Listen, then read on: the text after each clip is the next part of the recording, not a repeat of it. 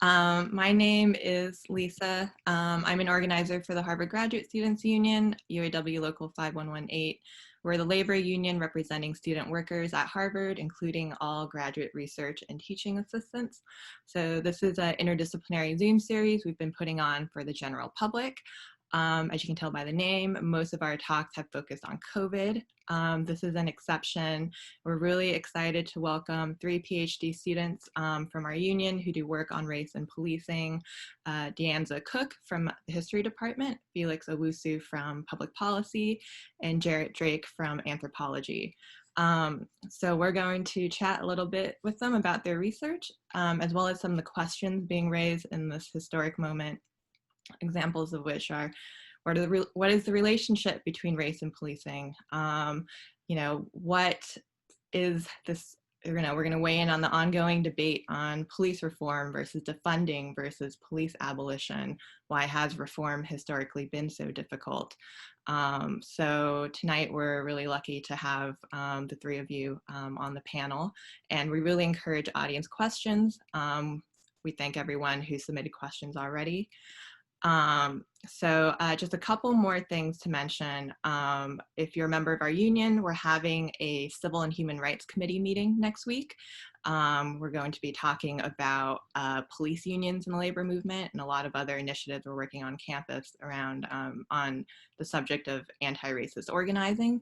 So send us an email if you'd like to participate in that meeting. And the Harvard Prison Divestment Campaign is having a very exciting event with Angela Davis on Monday, June 15th at 5 p.m. The event is sold out, but it might possibly be recorded. There might also be a wait list, so please check that out as well. We're going to go around with introductions, and then we'll launch into some opening statements from the panelists, and then after that we'll have open discussion. You can submit questions through either the chat dialogue or the Q&A function at the bottom of the screen. So first I'll have the moderator of the open discussion introduce themselves, Camille. Hi, I'm Camille. I recently graduated from undergrad at Harvard. I studied social studies and I studied Black Power labor organizing in the late 60s, early 70s for my senior thesis as an undergrad. And now I organize with the Grad Students Union. And I'm very happy to be here, and I'll be helping to moderate the discussion, but I think they'll pretty much have it on their own. Thanks, Camille. Mark? Hi everyone, my name is Mark. I'm also an organizer with the Harvard Graduate Students Union.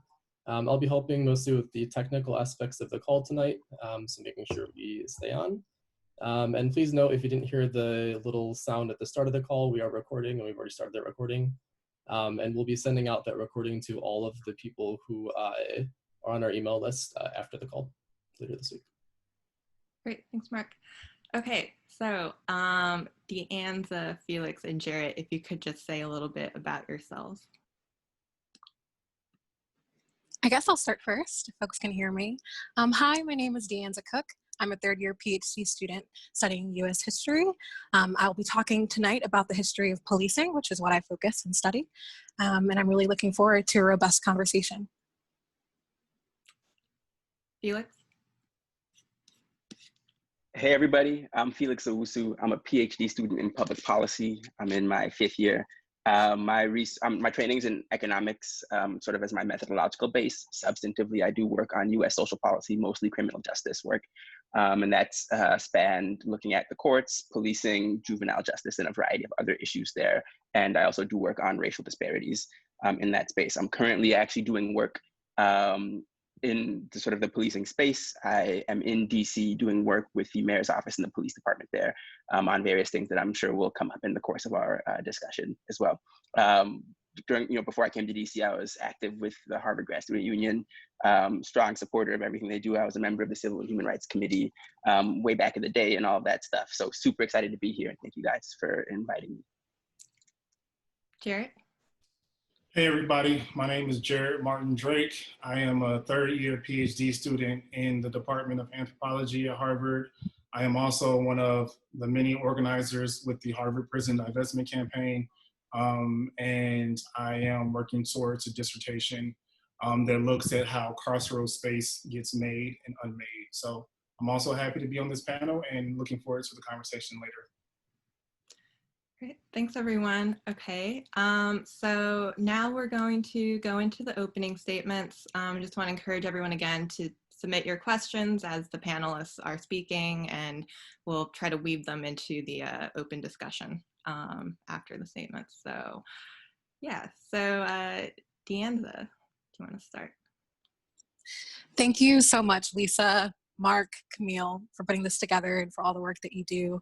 And thank you all out there listening, excuse me, for taking the time and tuning into our discussion tonight. One of the first things that I've learned as an up-and-coming police historian is that the history of race in policing and racism in policing is very long, very violent, and well documented both inside and outside of the academy. Academic historians of policing and crime control have only just begun to contribute to the conversation en masse. In the last decade, inspired in large part by Michelle Alexander's New Jim Crow and Heather Ann Thompson's Why Mass Incarceration Matters, historians have produced a wave of new literature on criminalization, law enforcement, and punishment in America, from the eras of colonization and slavery to the modern age of mass incarceration and global police counterinsurgency.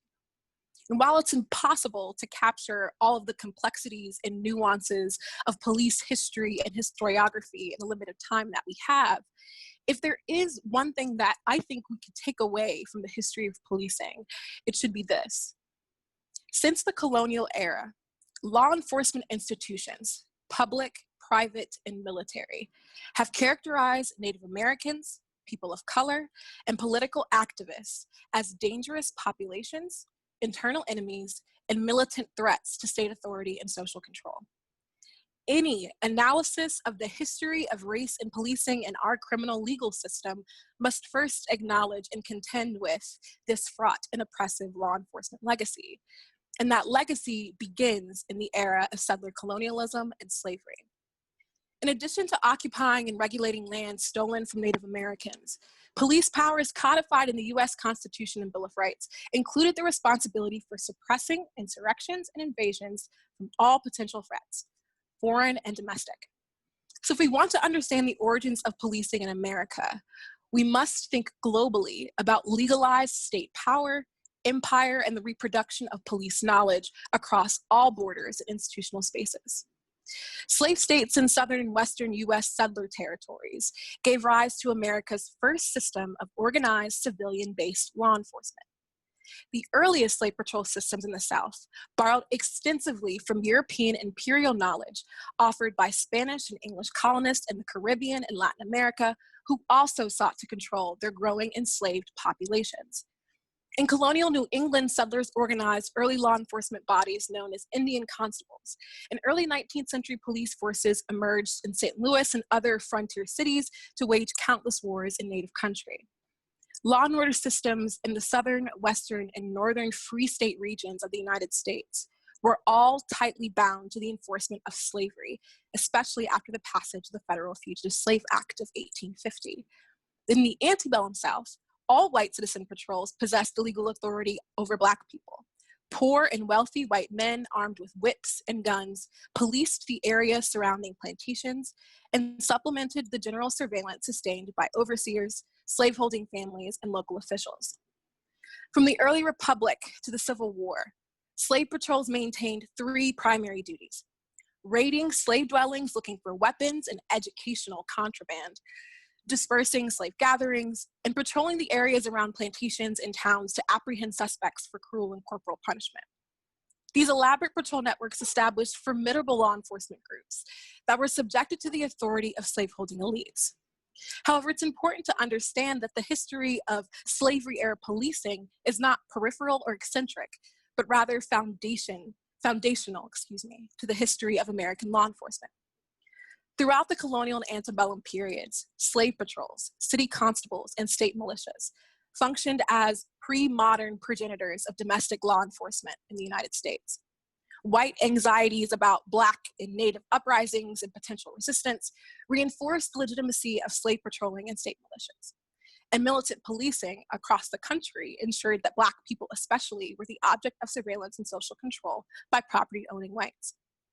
Regardless of the region, however, US police powers were relentlessly deployed to protect property and maintain social control by criminalizing and confining the poor, the enslaved, free people of color, as well as many other marginalized groups caught in the crosshairs of American imperialism.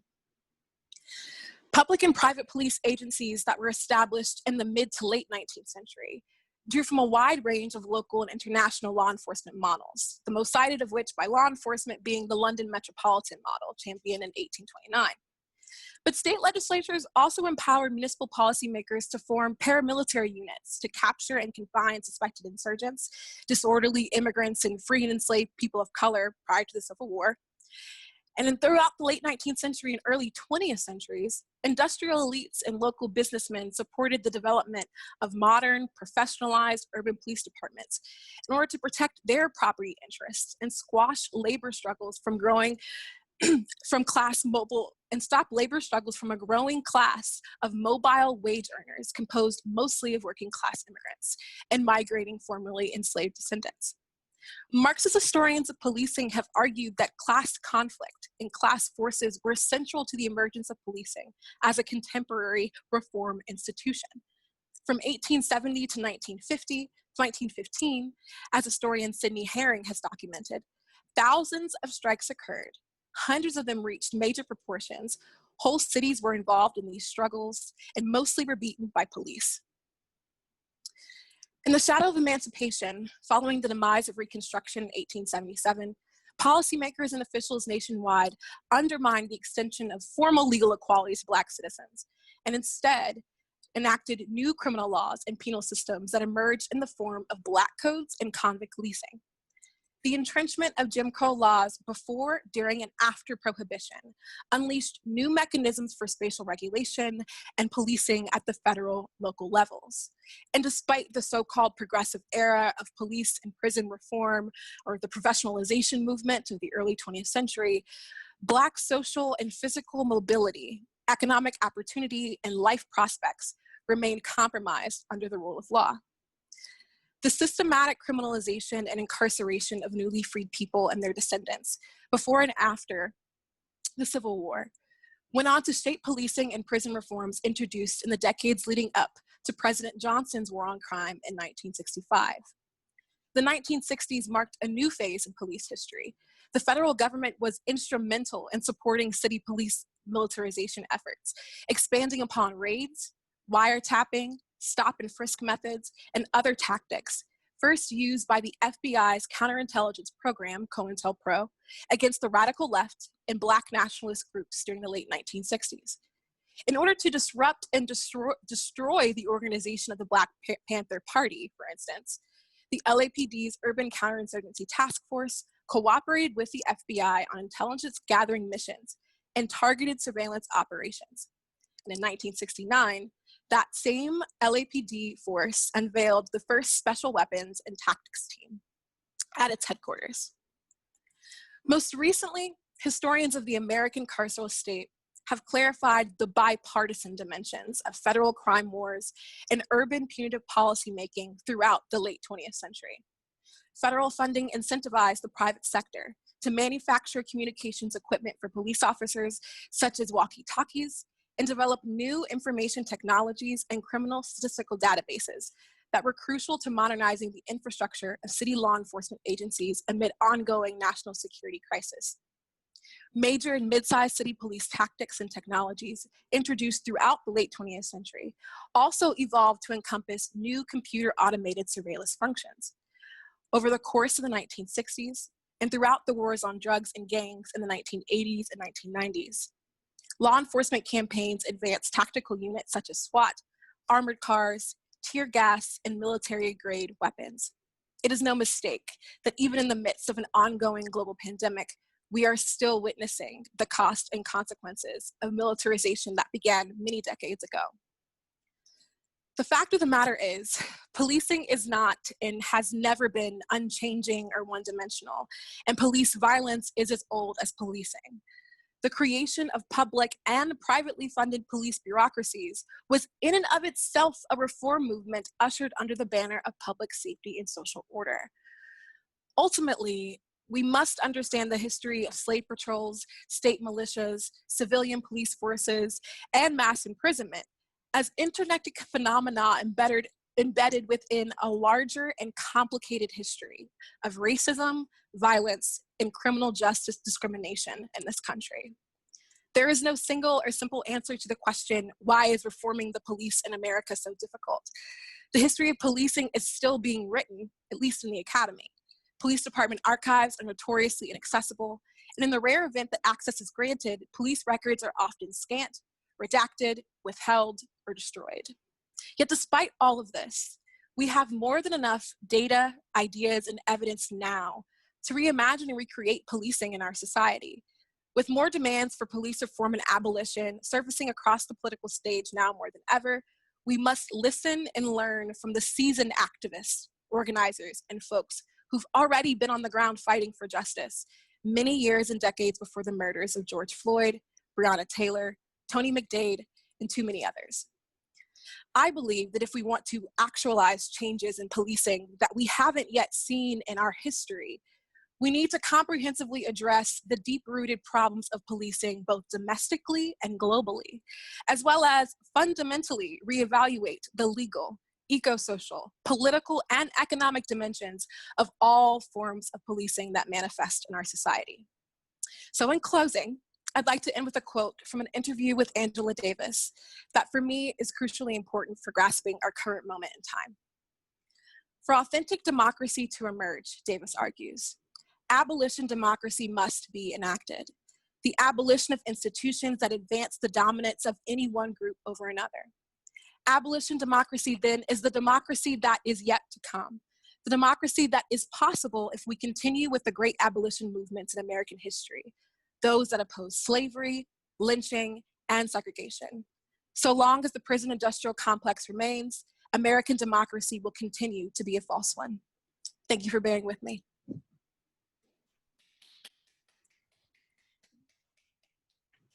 Thanks, DeAnza, that was amazing. Next, we'll go to Felix for your statement. Sure. So, hey, everybody. So I guess I just want to give you guys a little bit of a background on what I do and how I look at this set of issues. I will preface by saying, while I am not a historian, it is the history that has animated why I do what I do and why I'm interested in sort of how I frame my work. And so I thank DeAnza for that great introduction and going over that context. That's all context that I basically take as given, and that's the sort of thing that informs why I'm motivated to work on this project, or the sets of projects that I do. So as I mentioned, I am doing a PhD in public policy, and it's a very applied set of works and that go into this field. And my work has spanned criminal justice institutions, looking at juvenile justice in Connecticut and thinking about how we adjudicate young people, how we're adjudicating them as adults, and what sort of alternatives we have there and how we can sort of do better in that space.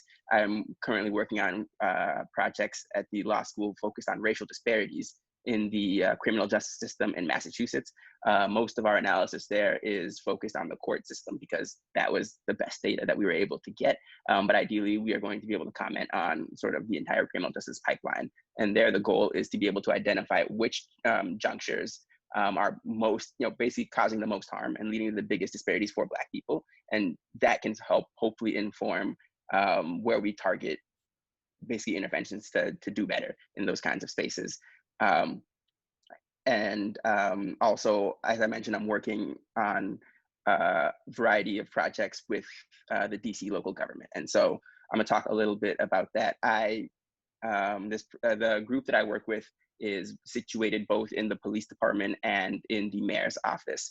If anybody's heard of the lab at DC, that's sort of the initial group. They're kind of like an internal think tank that works on policy improvement within the district government more broadly. I initially sort of got engaged with that group. And because of my interest in criminal justice, I ended up having a portfolio that was primarily criminal justice and policing related. And so much of my work is in that space. So in that role, a lot of my work is focused on, I think the broadest way I would describe it is, I see this kind of policy work, evaluation and sort of descriptive work as holding our policies accountable to the ideals and movements that created them and demanded the change that created those policy changes, right? I think there's a lot of instances in which there's, just like right now, there's a community outcry because something horrible happens. And also the accumulated impact of, centuries of horrible things happening. And something will happen and that makes city government, state government, federal government pay attention for a little bit. And often something will happen, there'll be a policy change, some law will get passed, something will be done. And I think a lot of people hope they can just point to that and say, hey, look, we did something. We heard you, we did something. Please give us an A for effort and let's move on to like not caring about this for another 5 years until, we are forced to care again when the next thing happens. I think it's important to follow up and ensure that those changes that are happening whenever there is the political will to actually see movement in our policy landscape, those are implemented, and also we check to make sure that they actually address the underlying concerns, right?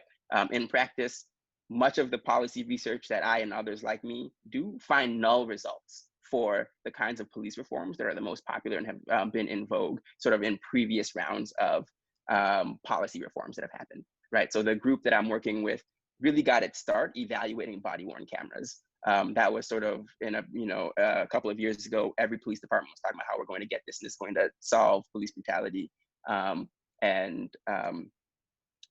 officer is going to be equipped with this in a lot of different cities. That was a policy that, increased the scope of surveillance of the police pretty substantially and marked an additional investment, but it was in response to sort of these policy demands that were being made.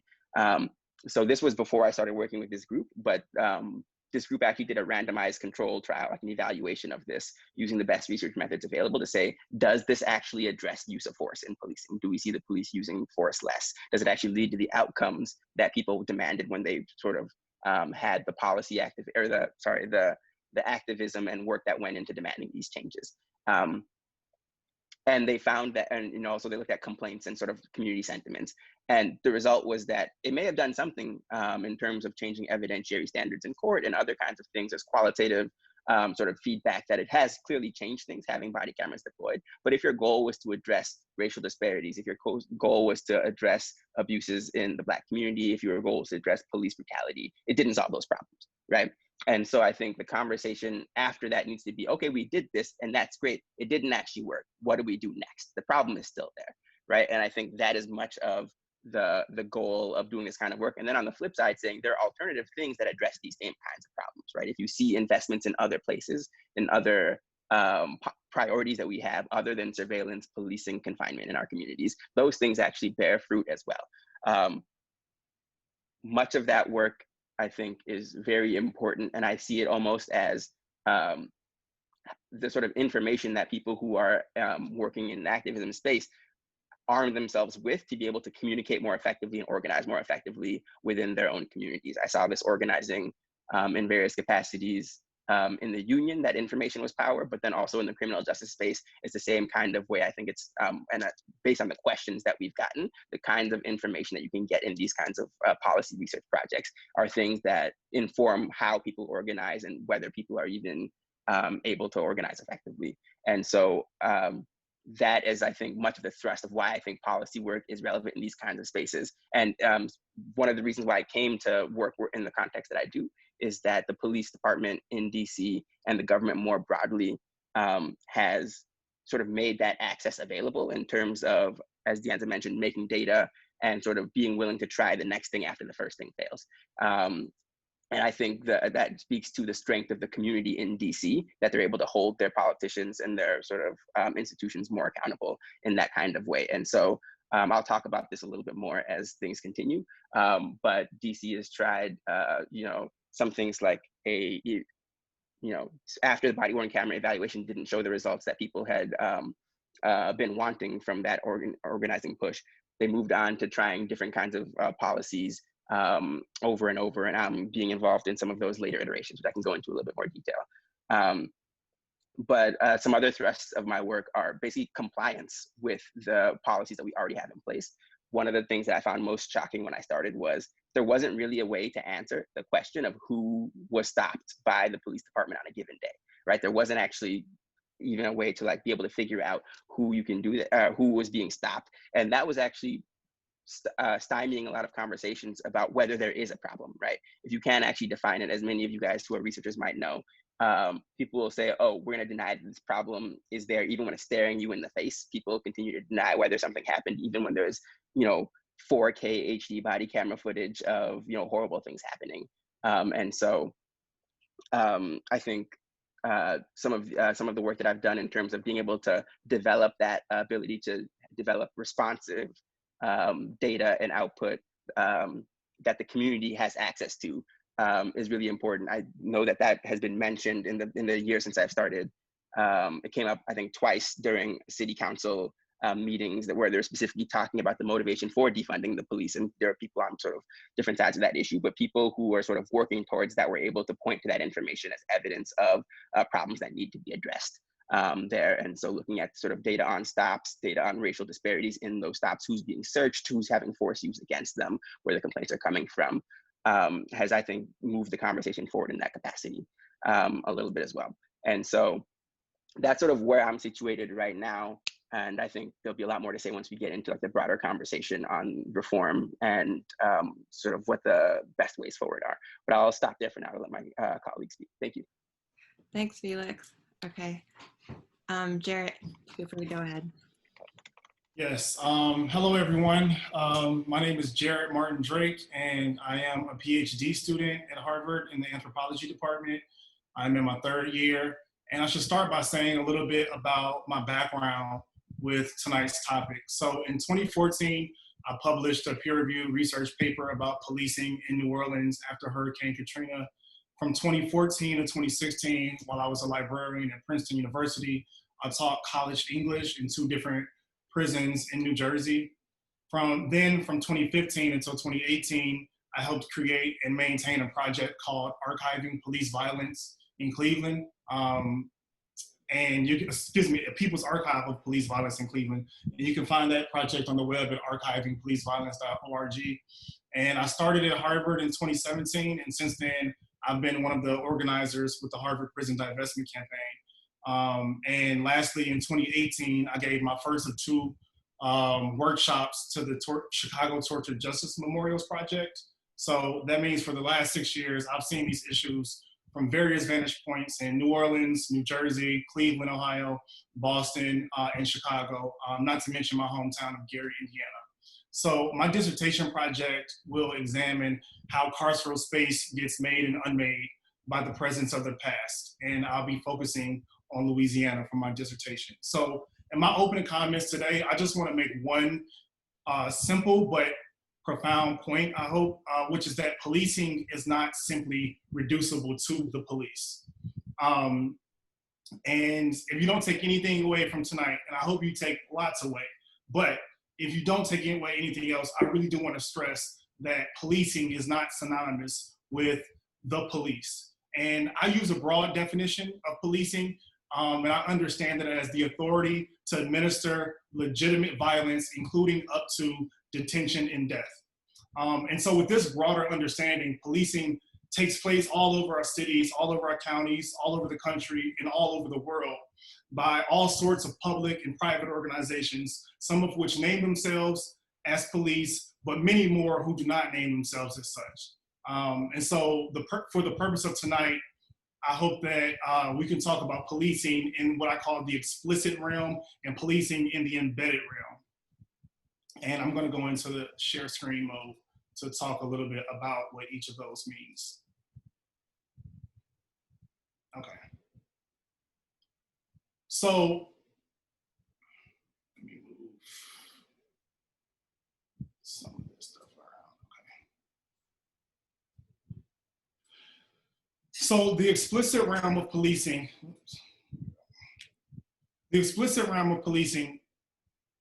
really sits in 3 separate but interwoven spheres. So civil society, quote unquote, or so-called civil society refers to city police, sheriffs and state police, the feds, and the feds here being a combination of a lot of different organizations. The Federal Bureau of Investigation, the FBI, the Drug Enforcement Administration, the DEA, the ATF, the many non-Department of Justice federal law enforcement offices. And then on the other end, you have what's called so-called criminal society. So policing happens in jails and prisons all over the country and all over the world. Probation and parole is an intense and violent form of policing. And of course, detention centers. And in between, or beside, so to speak, civil society and criminal society, we have the space in between. We have Immigration and Customs Enforcement. We have Customs and Border Patrol, the Department of Homeland Security, and the Department of Defense. The Department of Defense and the Department of Homeland Security have more police forces than all of the forces combined. And I put this together to say that when people talk about policing and the problems with policing, a lot of emphasis goes towards this first component of the first round, which is city police. But I really want to make an argument for understanding how all of these other sites, especially jails and prisons as sites of policing, have and share relationships with these other sites. So these are what I, again, refer to as the explicit sites of policing. But there are also embedded sites of policing, places where policing happens outside of the authority or under the name of a named police department. So for instance, private businesses, right? If you think of mall cops, if you think of banks that have their own armed guards, these are some of the oldest forms of policing that go beyond the North American continent. If you talk about libraries, if you go into different public, academic, college libraries, school libraries, you'll see uniformed officers, sometimes under the guise of a separate security agency such as Securitas, parks and recreation. So a lot of calls that say, take money out of the police department and give it to the parks. Well, the parks also have their own armed police forces.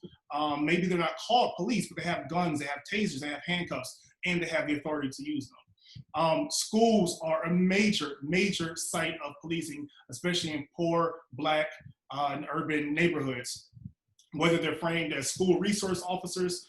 Sadly, many of us can remember the video from a few years ago of a Black girl being brutalized by a school resource officer who was called on her by a black man teacher. And the culture of policing in schools, from going through metal detectors, going through having your bags searched and potentially seized.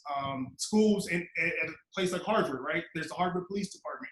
MIT has its own police department. And hospitals have their own separate police forces. I mentioned earlier that I had done work in Cleveland, Ohio on police violence, and Cleveland Clinic is a major institution in the city of Cleveland, and it has its own separate police force. And lastly, the transit system. Let us not forget that Oscar Grant was murdered on New Year's Day, 2009, not by an Oakland Police Department officer, not by a San Francisco Police Department officer, but by a Bay Area Rapid Transit BART officer on the platform at Fruitvale Station. And then the last place where the embedded sites of policing live are everywhere. So DeAnza earlier spoke about the significance of militias and slave patrols to policing Black and Indigenous peoples in colonial America. But these persist to the contemporary moment. So we think of the ways that policing happens. We think of the murder of Trayvon Martin by George Zimmerman. We think of the murder of Ahmaud Arbery in Georgia not too recently ago. These are acts that are committed by people who have deputized themselves as law enforcement. And by and large, those are only the murders of Trayvon Martin and Ahmaud Arbery are names that we only know of sort of in hindsight, because there were eventually criminal charges pressed, but a vast majority of those killings have gone unprosecuted, which in my view lends credence to the idea that these are auxiliary forms of policing that actually work in harmony. So to wrap up and hopefully lead into a good discussion about abolition and about how all of these systems connect, I think it's vitally important to understand that these explicit and embedded realms of policing, as well as their constituent parts, are always working together in relationship with one another. They cannot be disentangled. So earlier, DeAnza mentioned the FBI's cooperation with the LAPD to target members of the Black Panther Party. This was also the case in Chicago on December 4th, 1969, when Fred Hampton and Mark Clark were assassinated in their homes as they slept. That was a joint operation between the FBI and the Chicago Police Department. In the city of Boston, the Boston Police Department works heavily with ICE through the Boston Regional Intelligence Center, or BRIC for short. So these systems cannot be disentangled. In a city like Cambridge, Massachusetts, or Boston, there are any number of organizations responsible for policing. The Cambridge Police Department, in fact, may be one of the smallest and least well-funded policing entities in Boston, albeit the most visible. So less visible are ICE, the Coast Guard, the DEA, the ATF, but these are equally significant sites of policing. And people who embrace and practice prison abolition understand that these parts work together in harmony and not in hostility, and that the dismantling of one part necessitates the dismantling of them all. So with that, I will pass it to our moderator, Camille, and I look forward to talking about these issues and many others in the discussion. Great, thanks so much, Jarrett.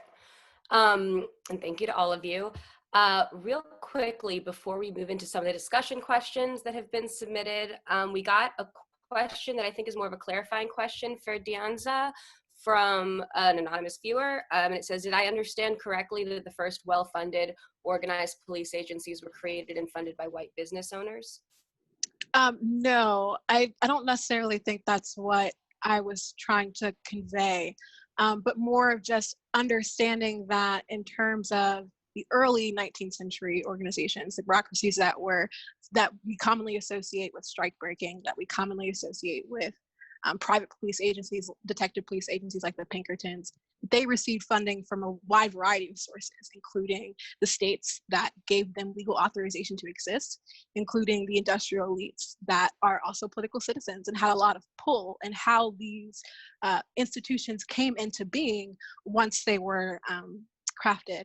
And so I think that, you know, understanding the class forces and class dynamics embedded within the larger kind of already existing imperial enslaved society, where law enforcement was already taking place in so many different dimensions, is really important. And holding all of those together, I think, at least speaks to some of the challenges that Jarrett has spoken about. When we only focus on, you know, private policing versus municipal policing versus state law enforcement versus other institutions that do the same sort of regulatory duties. Cool, that makes sense. All right, so feel free, everyone, to continue submitting questions. Ideally, in the Q&A function is the easiest way for us to read them, but we will also catch them if you need to post them in the chat. And obviously, there's a ton of material here and a ton of questions that have already been submitted. So we're going to have to just go with it and see where this takes us. But I'm going to try to capture some of the sort of like big categories of questions.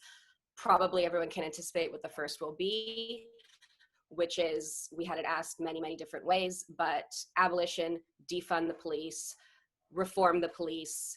I don't want to formulate that question in a way that sort of sets the terms of the debate. So I just want to ask you all how you react to the use of those words, where you think we need to be headed, whatever you think is useful to think about around those sort of three categories of change making that people have a lot to say about right now.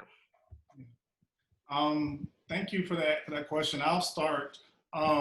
So the first part of my response is that I do identify with and organize around and practice in my own life abolition. And I understand abolition as both an organizing strategy for today and also a journey towards a place where we don't use prisons, police, and other systems of punishment to resolve conflicts that are at the core social, economic, and political conflicts. So that's how I identify in my own political realm. That's what informs my work. It should also be stated that abolition itself is, the contemporary abolitionist movement is at least 50 years old. So going off of what DeAnza mentioned earlier about the targeting through COINTELPRO of Black Panther Party members and other Black radical activists. Shortly after George Jackson was murdered in the California prison, there was a statement released called How Many Lives? And I always point to this, came out in September of 1971. It's sort of the dawn of the abolition movement. Angela Davis obviously is a big name in that, and many others. And so this call for abolition, the complete ridding of our society of prisons and police, is at least 50 years old. It's troubling in the contemporary moment when people who just learned of this word last week are coming to tell what abolitionists mean. So one core abolition strategy is to take funding away from carceral entities, to take funding away from police departments, from prisons, from jails. And so this has been, I mean, it's part of the thought behind the Harvard Prison Divestment Campaign. Take money out of this system.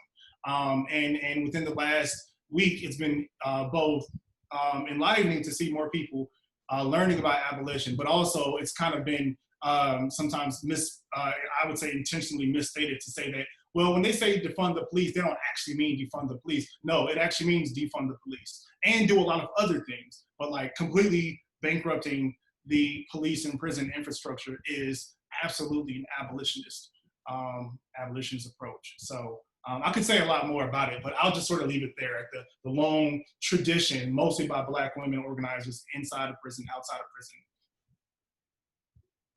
Yeah, I'll just jump in really quick because I think that I guess, just based off my earlier conversations with the panelists, that in terms of my own personal journey to abolition, I'm part of that group that's still learning and reading from folks who've been a part of this and been doing this for a long time.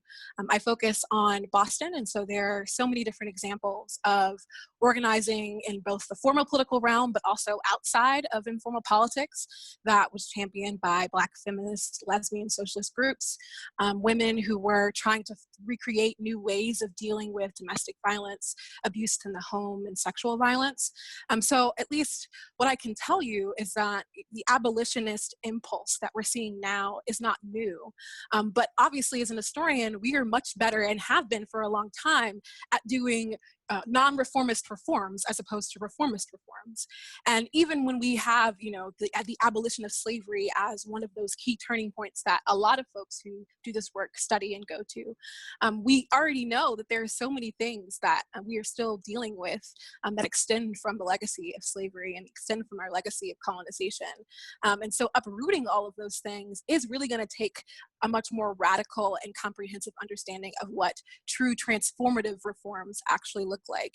And I think that it's okay to be honest and admit where you're at in terms of understanding that, because that is a body of knowledge. Abolition itself is a body of knowledge that people have mastered. It's something that people have committed themselves to not only trying to understand and get other folks to understand, but to try to envision and imagine themselves. And so I think we should respect that, but also understand that there are a lot of people who will need a lot of education and re-education to really grasp the types of things that organizers on the ground have been saying about prison abolition all along. So I could talk about this, I think, a lot. Clearly, I'm situated in an interesting place, in terms of working in policy change and reform in the police department in a major city. So in terms of like where I land on abolition and defunding the police, I think the way that Jarrett put it, I think it encapsulates, and just, let me take a step back. Preface by I speak for myself entirely as a researcher and individual. I'm not speaking with my hat on or as affiliated with any organization. So people in government in DC where I'm working probably disagree with me wholeheartedly about much of this. I don't mean to speak for that or say that any of this is reflective of those people. So I just wanted to put that out there for the entire sort of panel discussion. I think Jarrett put it very well. I want to live in a world in which we are not using state violence to address so many of our social problems that are not, like, where that's not the fundamental cause of them, right? And if we could transition to that world tomorrow, I would sign up for that world immediately. Like that is what I want. That is the vision of where I'm going. I don't claim the title of abolitionist in the sense that I did not create this body of work. I am not going to say that I've done the work to say that I embody that, but in terms of what I want from the world and sort of, I think, an orienting principle for the policies that I'd be willing to say promote and advocate for. that is the world that I'm trying to get to. And that is, again, what animated me to get involved in this, and seeing that we're so horribly mishandling so many of our social problems. I think my sort of belief in that world being a real and achievable thing comes from a few different things, right? I think and we obviously see that in Minneapolis, the city council has started moving in this direction. I'm very curious to see sort of what they develop in terms of their move towards getting rid of their police department and finding different ways to address social problems. But in at least some places, there's a political will for this. Camden, New Jersey, disbanded their police department in 2013. They did eventually get a new police department and hired some of the people from that department back, but it got bad enough that they were like, we need to like fully dissolve this institution and then start from scratch again, right? And I haven't focused on this a ton, but I recall like in recent protests, the police were marching with the protesters and they were not having some of the same problems that other places are having. So big action is possible. I think one of the very personal reasons that I think this is viable though is like, so if you know me, and I see other Iowans on this call, shout out to Iowa. I am from Ghana, but I grew up for much of my life in Iowa. That's where my family currently lives. If you don't know, Iowa is very white. There's very few people of color, very few Black people there. And in my community, at least, the police do almost nothing, right? The police do almost nothing. Almost no problems in that community are addressed through policing, incarceration, confinement. There were no metal detectors in the school.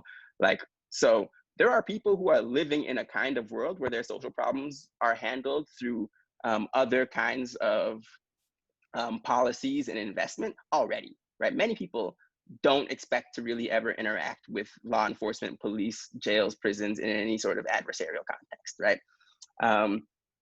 And so the idea that like this is not a reasonable thing or that this can't happen, kind of falls flat to me. People manage, right? I know that the police in Ames do focus on speeding tickets a lot because they generate revenue, and going as far as to hide behind bushes to catch drivers. If you've been to Iowa, the roads are very wide and very empty, right? So it's not a public safety issue. It's, as far as you can say, like a revenue issue. And also, as a Black family living in Iowa, police monitored us, right, to a certain extent. Those are functions that I think could kind of go away and would be completely fine.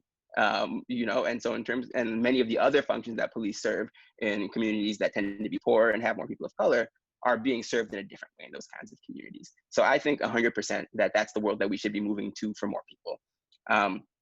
In terms of what it means in practice, to me, as somebody who's sort of working in this, I see it as like and this has been something that I've picked up in the past couple of weeks, even though I've been exposed to abolitionist writing and things of that nature in the past, right? I see it as like a framework for thinking about policy reforms going forward, and things and policy changes that you're interested in as an organizing principle, right? It'd be great if every single city could be like Minneapolis and vote to make the changes all at once right now. I would absolutely sign up for that and want to be involved in that transition as much as possible. I think a lot of places aren't going to do that. Some places may take a longer time to get there. Some places may never fully get there, right? And so when I'm thinking about like what, the work that needs to be done to improve lives in a place, and what can I do to contribute to that work, right? My first question is this task needed at all, right? There's a lot of things, like I mentioned, that police are doing that could just stop happening and no one would be worse off. There would be no public safety cost, I don't think. Many people would be better off from avoiding contact with the criminal justice system, right?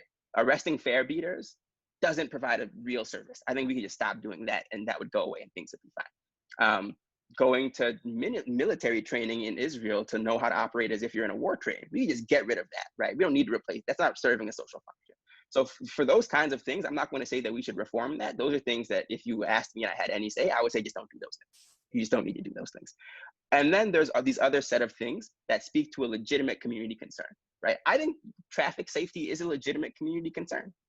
I also think there's a ton of ways that we can manage and work towards traffic safety that don't involve like having a person who has a gun and the ability to ruin or end their life involved, right?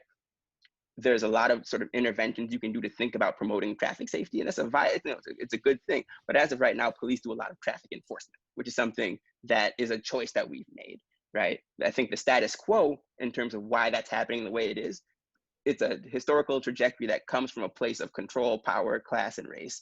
And so I discount that status quo. Just because things are happening that way all the time now does not mean that they need to continue happening in that way. And there are some places that are moving towards these other kinds of ways for dealing with social problems than having police be influxed, right?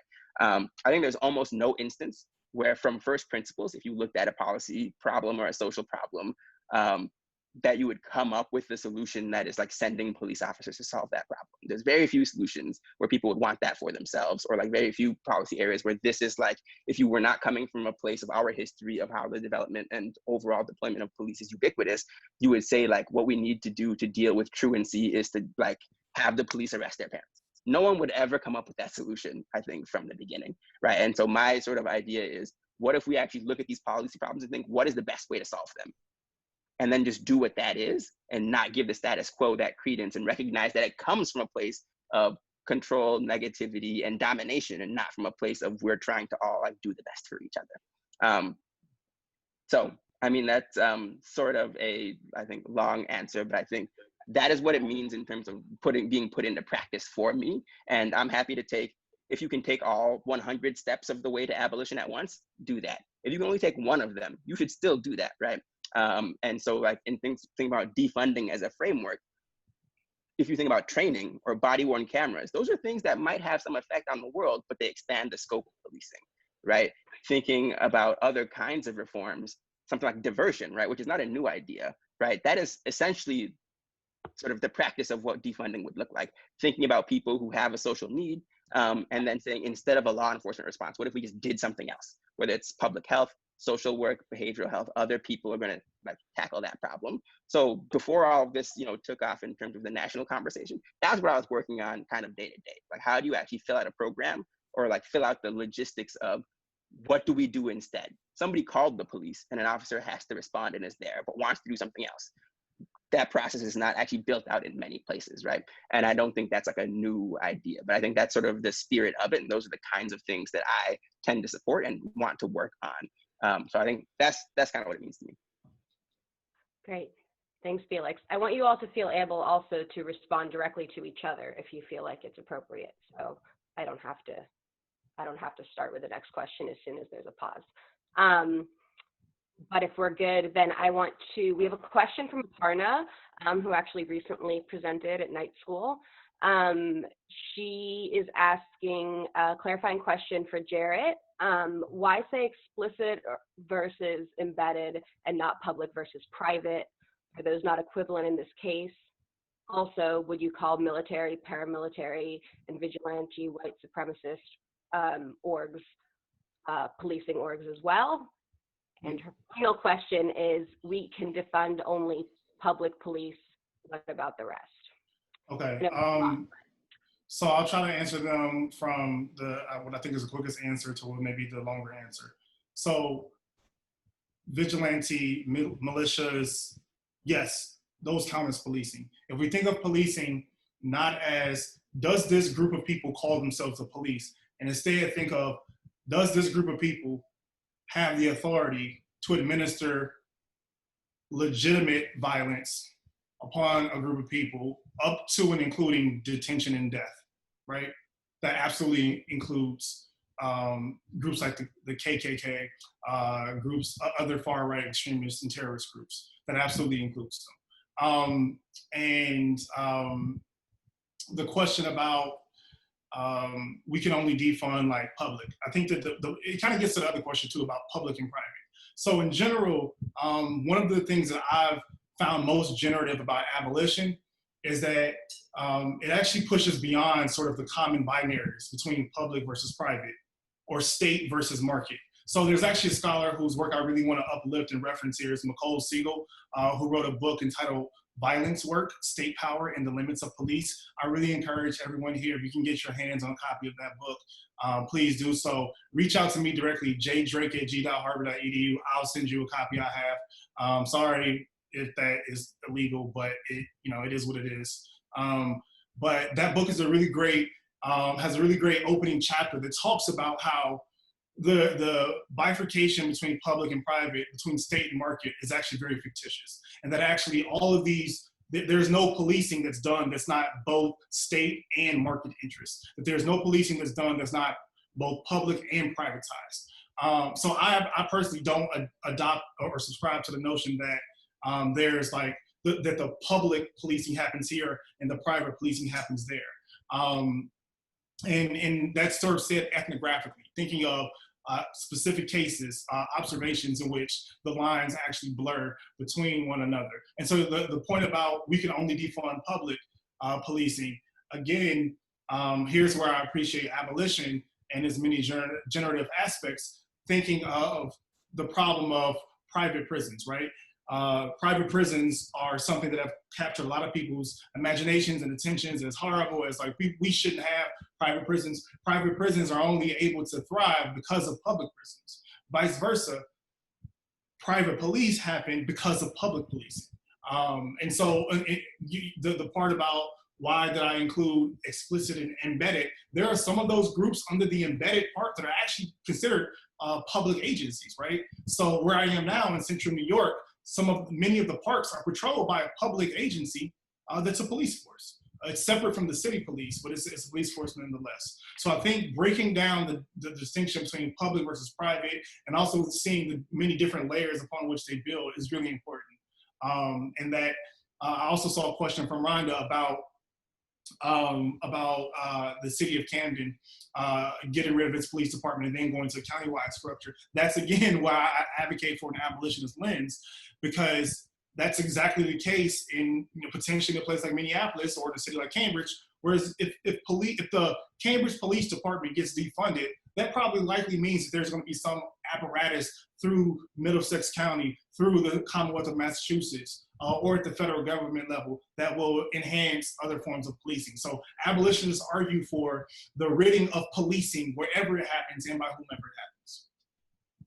I just wanted to jump in just to add to that. I think especially talking about that distinction between public and private not being a real one. One of the things that I found very interesting is businesses can basically be compelled to hire police officers who are off duty to provide security for them if lots of crimes are happening in their area. They'll say like, you have made the environment, unsafe in terms of not providing adequate security. And so they can essentially be compelled to hire off-duty police officers to provide security, right? Is that really a separate thing? I think it's changing the funding stream. I think that's what it is. So yeah, I agree 100%. I just wanted to co-sign that is a trend noticed as well.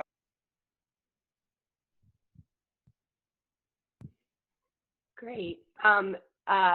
Jarrett, the book that you mentioned, we have a question from Priya. If you could repeat the name of the book and we can maybe then put it in the chat. Sure. I will actually just copy and paste because I have Mozilla open right here, right now.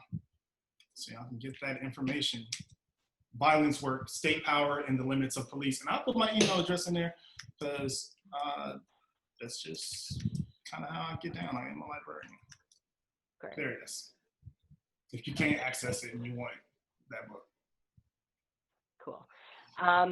We have a question from Helen about sort of methodologies, research methodologies, ways of knowing the role of academics and where all of that fits in. I think, can you talk some more, Felix, about some of the technocratic policy research that will be brought to justify the status quo and the limits of empirical research when counterfactuals are limited? Absolutely.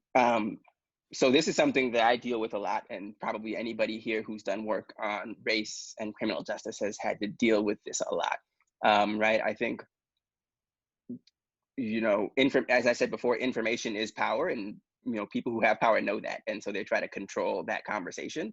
I have been, I think every 3 days I have an existential crisis, because I'm like, what's the point of sitting here writing papers about racial disparities in criminal justice when it's at both so obvious, at the same time, both so obvious that it's pervasive everywhere, and sort of such a common experience, but then there's people who sort of don't see, right? I'm like, it's 2020. If you don't know at this point, is there another paper to be written that's going to convince you at this point? Is this what we need to do? So I definitely see that and that tension there. And then of course, people who already sort of have their mind made up will be able to point to research, right? I think one of the points of research that supports their position, no matter how much it doesn't jive with even the most basic smell test of common sense, right? And I think one of the biggest problems in this area is we study law enforcement through law enforcement data. And so we see sort of like what law enforcement does. It's operational data about sort of their, what they use day to day and who they interact with and everything. It doesn't actually speak to our society in any meaningful way, right? We see who's arrested for drugs, not who actually does drugs. We see who's arrested for guns, but not who actually owns guns. We see different kinds of things. And then in terms of the policy changes that are going on, right? There's no counterfactual for what we're talking about.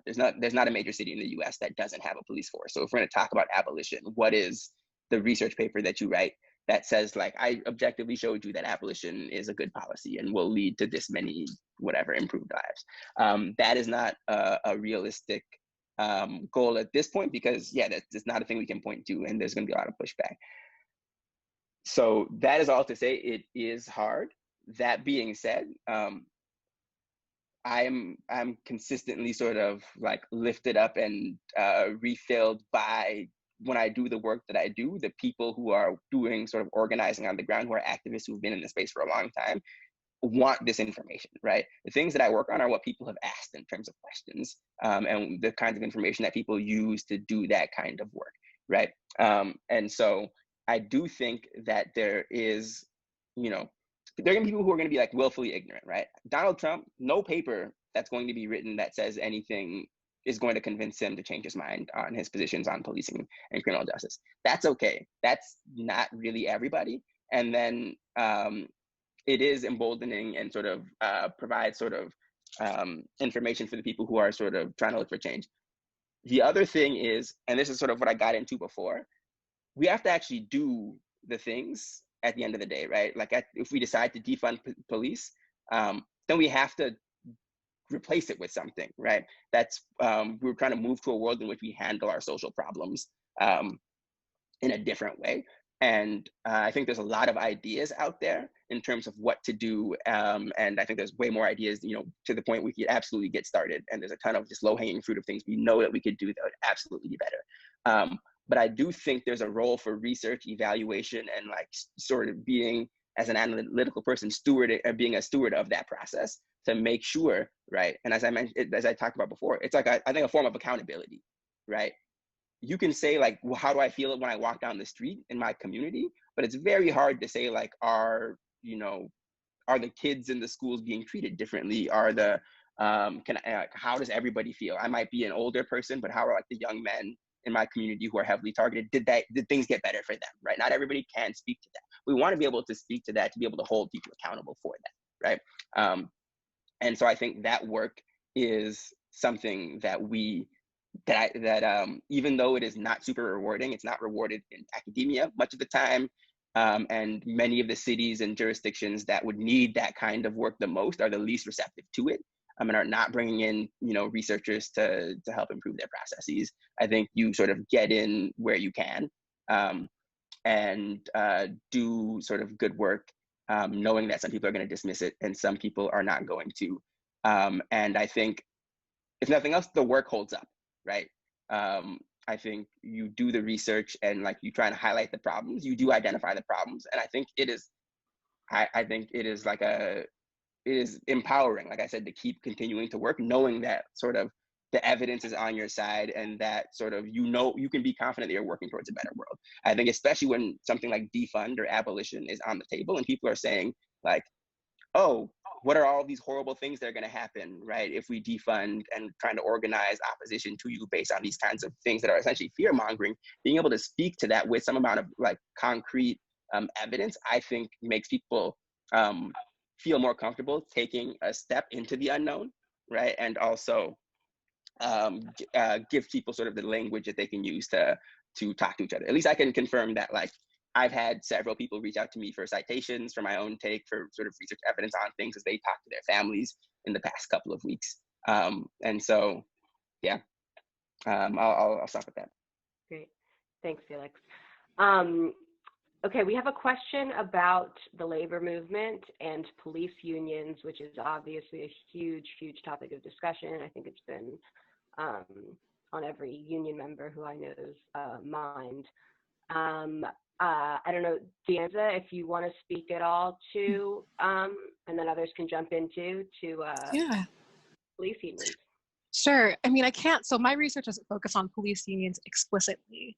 And there's actually forthcoming work from a colleague of mine, Erin Beckemeyer, who is working on police unions in Philadelphia, I believe. So stay tuned for that. But the unions definitely come up in my research a lot, mostly because the history of labor within law enforcement is what I focus on as a police historian. And the unionization movement within law enforcement is a very fraught and variegated history. But in the context of at least my dissertation research, which focuses a lot on the kind of professionalization movements that happened after the 1960s. So for the folks that I'm writing about, the unions are hugely important insofar as they were the political voices that most opposed affirmative action policies that discriminated most against women and minorities, particularly Black men first, and then later Black women and people of color, who had to use lawsuits as a way to defy not only existing police department policies, but the unions that were very much adamant about maintaining control over kind of the internal politics. And so the fight against unions, even within police departments, is not over. And even now, we're seeing that the statements that police unions are giving, for example, just because what I recently saw was in Boston about the Black Lives Matter School Week from the Boston Patrolmen's Association. And it's very different from the statement that you'll read from, or the quotes that you'll see from MAMLIO, the Massachusetts Association for Minority Law Enforcement Officers. So there's definitely so much to delve into in terms of how unions in policing have maintained a certain durability compared to other unions, but how they've also very much fallen in line with a lot of earlier histories of unions in America's past. They've been very racist, they've been very resistant to transformative change, and that's definitely a problem that we're gonna have to address in the future. I just wanted to jump in to say, I think if America ever gets to abolition, it'll probably be because of police unions. I think that is in the sense that like reform is so consistently blocked by police unions, even things that other members of the, say police leadership might be interested in trying to do, or pressure they might be getting from the mayor of that city. I think that was probably the most interesting or unexpected rather thing that I encountered being sometimes in the police department, right? Is that there's a lot of times where people are like, oh, we want to make this change, but are unable to in the police department ourselves, because this is a sort of oppositional force that we can't get through. So I think that in terms of obstacles to making reform possible, that is one that I've seen. And I do genuinely think that if it ever gets to the point where there's like full abolition in a broader sense, police unions will probably be much of the reason that it got that far. In sort of by being so much of an obstacle to process through any other reform means. That's just to clarify. If I may, I would like to respond. I disagree, and part of the source of the disagreement kind of stems from one of the things that we haven't yet talked enough about, which is that abolition is about presence, right? The term abolition suggests negation, right? The negation of police, the negation of prisons, and the many different organizations and spaces that are police and prisons that don't call themselves that, right? But it's not destruction for destruction's sake.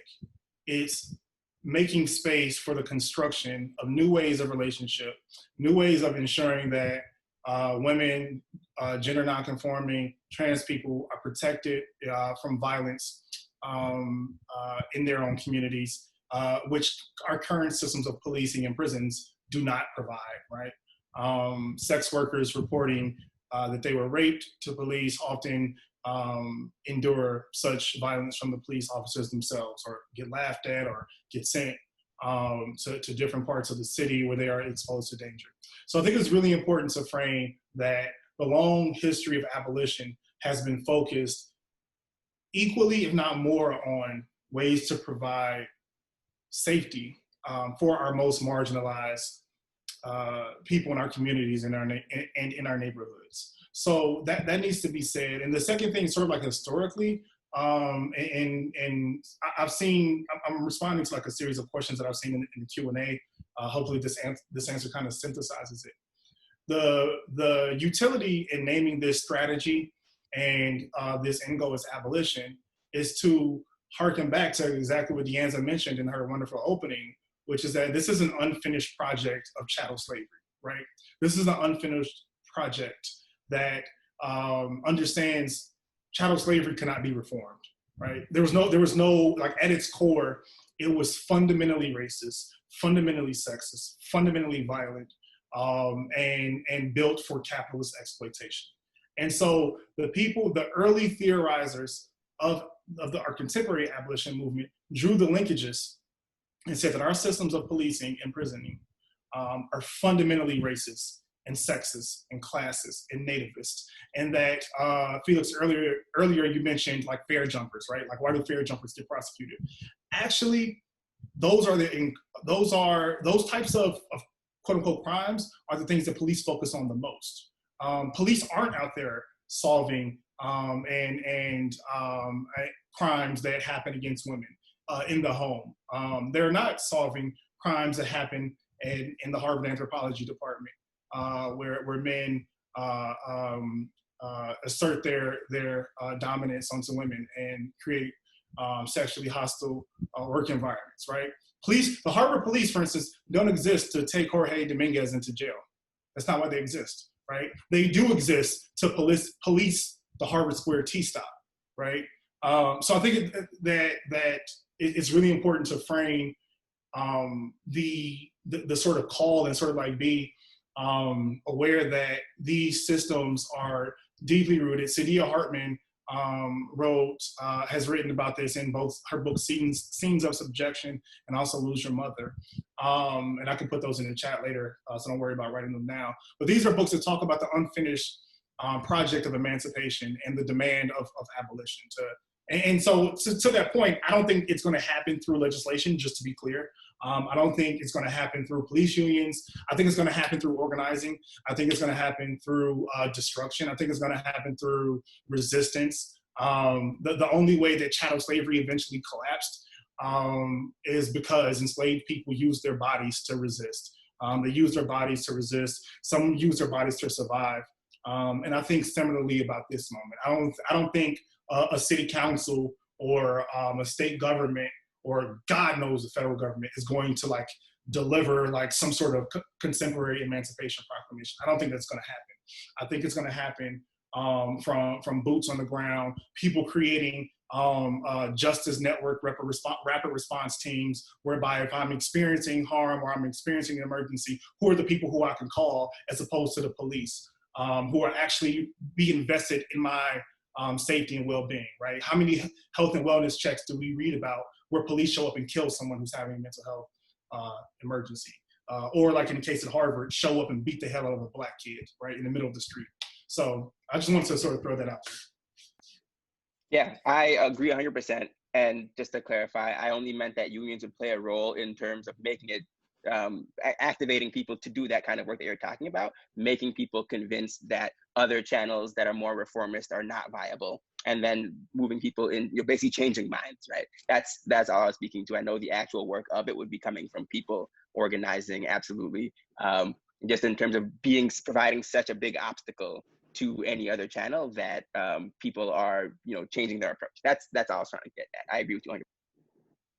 And I just wanted to add really quickly, building off of what Jarrett said, I think in addition to thinking about how interconnected and embedded these systems are, one thing that we haven't said that I think, sometimes it's much more difficult and is a much more longer conversation to have, is that outside of the things that we know to be as legalized crimes or things that people are criminalized for, that there actually is harm and violence that real people right now are dealing with and have been historically underserved. And even now in our contemporary moment with other existing systems outside of law enforcement, they still aren't reaping the benefits of any of those auxiliary services. And they're not reaping the benefits of true investment in their communities. And so I think that, at least for me, this kind of goes back to why I think conceptualizing policing as kind of if not the manifestation of state power, certainly a good litmus test, right? And how is the state serving people effectively? And if we know that there's so many failures that citizens and people who live in these communities are identifying themselves, that should not only tell us something about local law enforcement, more importantly, it should tell us something about state governance and how we are being provided for or not provided for in all these different arenas. So just wanted to throw that out there as well. Great. Sort of the next category of questions that I think we have are questions that ask about kind of policing practices being imported and exported across space, across national boundaries, both historically and into the present. I see Sarah asked about whether Europeans adapted their policing models from their imperialist practices. And if we were to import current European policing models, would we continue to have the same problems? Another question we have from Ege specifically references something that I know Felix mentioned earlier, which is the fact that we now know that NYPD trains officers in Israel sometimes, and do we know how new of a development that is? Is it a new frontier for police forces to be trained abroad and to share tactics with Israeli forces, or have they always been part of the international network of violence? So if you'd like to say anything, maybe DeAnza or maybe Jarrett, I think it would make just sense. really briefly, because this question actually speaks exactly to a book that just came out in the carceral history field called Badges Without Borders. I don't know if Jarrett, were you going to say the same thing? No, but I got that one, Zotero. I'm going to put that citation in here right now. Go ahead, you got it.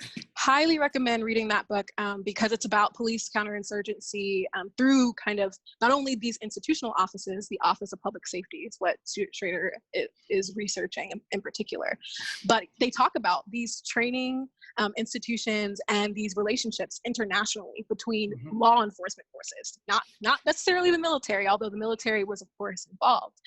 And the circulation of knowledge about policing is very old, as I mentioned. Even when slave patrols were first being created, they were sharing across different imperial landscapes about what are the best practices for dealing with enslaved populations in different environments.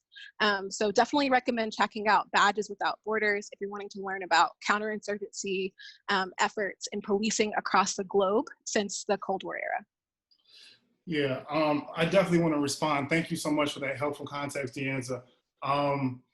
That's sort of one of the main points that has framed the way that I think about my research and my organizing, is that this is a truly global network of violence and transfer of information. So a lot of attention has been paid recently to the ways that the state of Israel and the United States have transferred weapons and strategies and tactics to suppress and oppress Palestinians and Black people and protesters in both spaces. But there's an even longer history of that discourse between the United States and Latin America. The many dirty wars that the United States Department of State helped fund, part of that funding included training police officers, right? Whether those be at whatever level, whether that be at the municipal level or in a place like Brazil, which has the highest by far rate of police killings, which are committed not by the municipal police, but actually by the military police. Kristen Smith and Keisha Khan Perry are two anthropologists who've written really important works that I can drop in the chat as well for you to check out. One thing I just wanted to go into a screen share to show that also demonstrates the sort of like geographic spread and relationship between these different cities. Here at Harvard, right? I saw someone post in the chat something about abolition at Harvard, right? So what you are now seeing on your screen is, in addition to all my bookmarks, you're seeing the Bloomberg, the City Leadership Initiative that's offered through the Harvard Kennedy School. And this is, I'm gonna actually blow it up because I myself struggle with seeing. This here is a map that displays the different cities from which mayors have come to Harvard for a period of time to learn about how to lead a 21st century city. This program, as you see, started in 2017. And I just want you all to look at the wide range of cities that have been a part of this, right? My hometown of Gary, Indiana, right there in the middle. You probably don't even skip right over it, next to Chicago, right? Two different cities in Brazil, Quito, Ecuador, Freetown, Accra, right? Adelaide in Australia, Helsinki in Finland, right? So this sort of transfer of like policing and imprisoning has always been across borders. Sometimes it comes through this sort of like direct exchanges where police chiefs, where others, city officers converge to share strategies. Other times it comes in less formal and less visible forms. So yes, this is an important part of organizing, of realizing the scope of the problem. And it may register to someone that like, wow, so you mean that it's like everywhere? That like we just like are just caught in this web? That's one way to look at it. I think an abolitionist way to look at it is that there are many more terrains on which we can struggle and many more terrains on which we can push back, right? To disentangle these relationships. Rudy Giuliani used to, I don't know if he still has, but former New York City mayor and resident racist Rudy Giuliani has his own private consulting firm where he goes to different parts of the world and teaches them how to do all the horrible things that he authorized as mayor of New York City. And there's a really interesting article that I read in one of my classes about that program in Mexico City and how in Mexico City, the sort of like downtown area was specifically policed and sort of like in accordance with the recommendations from Rudy Giuliani's transnational, multinational corporation for consulting. So yes, it's really improbable. And that's another core thesis of Nicole Siegel's book, Violence Work, right? She talks about that the distinction between local and like foreign, like police is like, it's much about nothing. That actually the local is always informed by the transnational in either direct aid and resources and training. So, yeah. I just want to say something quick about that. I think this comes up a lot, is like, what if we had police like they are in Scandinavia or Japan or something? I think to a certain extent, that's not going to be viable. That's not going to be possible, right? I think it's the context here, right? It's the needs here, right? We have mad guns here, right? Like that's a choice that we've made. And to say that we're going to like switch to a model, like we ask different things of our police and we have different social needs, right? We have a whole set of different things. I think to a certain extent, we need broader changes in society. You could not, if you actually took the specific people from Japan and put them here, they would not operate the same, right? I think the sort of original sins of America and sort of all of the sort of baggage that's come on top of that would corrupt any institution that you bring here, right? So I don't think there's a tactical change in terms of changing how you do policing that you can do, where there's a change that just happens in policing that will sort of stick, right? We have to change more than that, right? We have to address the fact that, people in Central Park can think they can call the police and have them sort of act as a personal security service, even when they're the ones who are violating our social norms, right? That's a need. Those people are still going to be here. They're still going to want somebody. I think this issue was raised earlier by some of the other panelists that if we try to change things, what replaces things? Do we see private security? Do we see more gated communities? Do we see even more segregation, if that's even possible, right? I think if we don't address the sort of real genesis of the problems, you're just going to see whatever institutions are imported reflect those original problems that we have. I guess I want to add one thing on that note, in addition to rethinking about where we as a society, a supposedly democratic one, how we want police to work, I think also too, we have to have a serious conversation about how we as people who live in lots of different communities and have different positions on when to involve the police and when not to. That's not something that people necessarily agree on. And just in my conversations with law enforcement officers today, that is half the battle, is getting people to stop bothering them and calling them and demanding them to be present and to do things that we say when we're upset we don't want them to do. And so I think being very clear when you're working in reformist spaces about what's actually something that the police as laborers can do in their capacities, which is quite limited in a lot of ways, which I'm sure you know, Felix, versus what are some things that we need to teach the public to do, and what types of things can we take responsibility of so that we're not depending on these same sorts of, I guess, like, just cycles of wanting to ask for things that we're not willing to do for ourselves. And I agree entirely. I'm not sure if anybody else saw this, but some text exchanges came out between the mayor of San Francisco and the police chief there, right? And the mayor was essentially asking the police to come and like displace homeless people where she was getting lunch. They're like, oh, I'm in this area and have an issue because I see somebody over here and it's messing up the vibe. Like, can you send somebody? And it was like that, you know, there was actually pretty like disrespectful and like, you know, contentious towards the chief of police who was being asked this. And I think we have to, you know, as a broader society, look at that. So yeah, I agree. And the mayor could have housed those people, right? That's a different option. That probably would have been much more effective in a different way, but that was the request that was made, and that's us. Great, okay. Oh, there's a clarifying question. Sorry, I didn't clarify. Someone asked about the city leadership initiative at HKS and its relationship between policing. And sorry, I didn't explain that as well as I would have liked. Many of the cities that are listed as having mayors who came to Harvard over the course of 2 years to get training in 21st century mayoral leadership are places where there have been rampant and spectacular sites of police violence, which is a redundant term. All policing is violence. But for the purposes of this discussion, right, it should be noted that here are just a few of the mayors who participated in this program in these last 3 years. Minneapolis, St. Louis, Sao Paulo, Brazil, San Francisco, Santa Fe, and Albuquerque, New Mexico, Phoenix, Arizona. So the purpose, and those are just, Louisville is also on this list, right? The site where Breonna Taylor was murdered inside her home.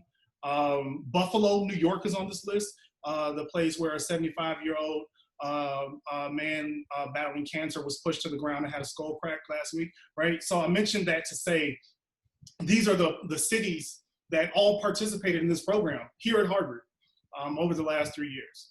And some of their curriculum, what used to be available on that website, I haven't looked at it in a while. But to me, and to be clear, to also reiterate, Michael Bloomberg is like the brainchild of this program, right? Michael Bloomberg, former mayor of New York City, alumnus of Johns Hopkins University, who has been trying to single-handedly fund a private police force at Johns Hopkins in Baltimore for the last many years. So thank you for that clarifying question. And I apologize I didn't flesh it out earlier.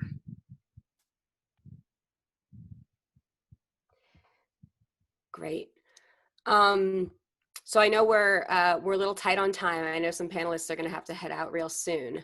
I could mention that the other maybe last couple categories of questions that I'm seeing that would be great to touch on are, I know we maybe have gotten close to it, but not explicitly really talked about the war on terror and how existing policing infrastructure has been expanded in scope, and how it was built on, how existing policing infrastructure was used in the war on terror.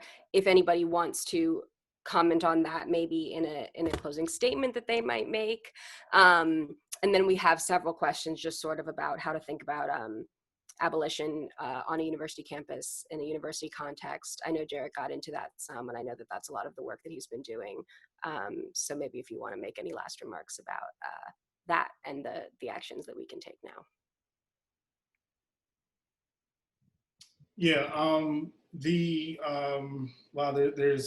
sadly won't be able to get into the ways that the war on terror has transformed policing, other than to say it has done so seismically, and that in fact one really great book is Dark Matters by Simone Brown. She's a sociologist. And one of the really interesting things about her book is she actually talks about how the policing apparatus that later became primarily deployed against Muslims and people from South and Southwest Asia had actually been perfected and developed against Black women in different parts of the US. So like airport screening procedures, if you actually pay attention to what's happening in the 90s, Black women, especially Black women with certain hairstyles, are being systematically profiled and searched. So there's sort of a dialectic that like both the war on terror has seismically changed policing, and also policing seismically changed the war on terror.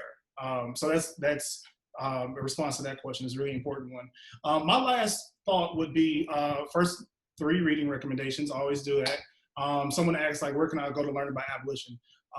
Abolition Now, 10 Years of Strategy and Struggle Against the Prison Industrial Complex is a great book. It covers sort of like histories, theories, strategies for abolition. The second is If They Come in the Morning, Voices of Resistance. This is actually the first book that Angela Davis published. It was a co-edited volume of voices from the early 1970s advocating for abolition. And the third book, very readable, is called Instead of Prisons, a handbook for prison abolitionists. You can find that book online free of charge.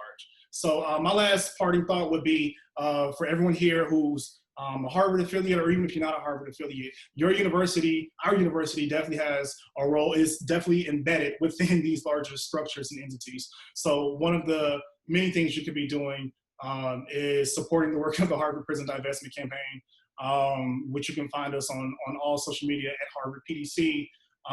You could be fighting to defund and close your police department, or at the very least start to disarm them, especially in the age of COVID. There are no students on campus anyway. Why are the police force still there?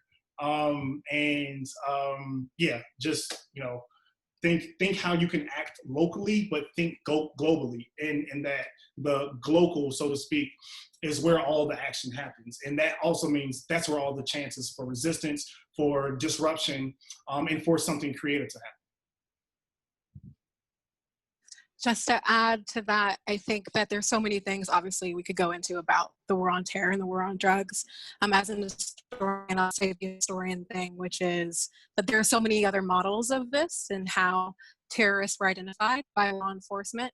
And if we don't start from the founding, we will never understand how it's changed since we've been engaged in international wars, since we've acquired new technologies, since our society itself has expanded the ways in which that we engage with one another, and that in effect has changed how the law enforcement engages with us.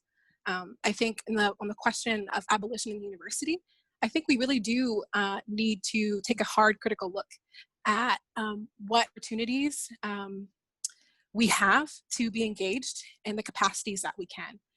And when we choose to engage, to be, I guess, I don't know what the right word is, but at least for me, I try to be much more deferential to the folks who have the expertise and knowledge, the folks who've been on the ground, the folks who have the stories and narratives to share about their experiences and why they're pushing for the types of changes that they are.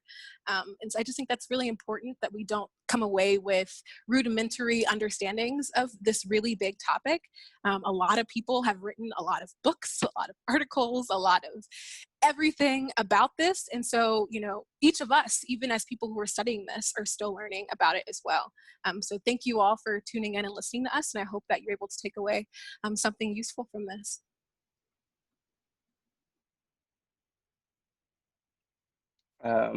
Yeah, I'll just say something real quick. I don't have a ton to add about counterterrorism and sort of the role of expansion of that in the expansion. So I'll leave that to the words of others. I think if I wanted to just think like, what do I hope people come away from this with, especially as a person who works in the policy community. Right now, we're having a moment broadly as a community where we're thinking about reimagining things, right? We've seen people start taking the first steps, and the conversation around defunding and abolition is gaining traction with a lot of new people. It's a very old conversation with a lot of history, but a lot of people are newly arriving to it. I have gotten a lot of questions about this, even though I've never told anybody that I'm an abolitionist, you know, or anything of that nature. But it is clearly happening, that this conversation is happening. I want to say that there's a lot of, I think, fear and hesitation.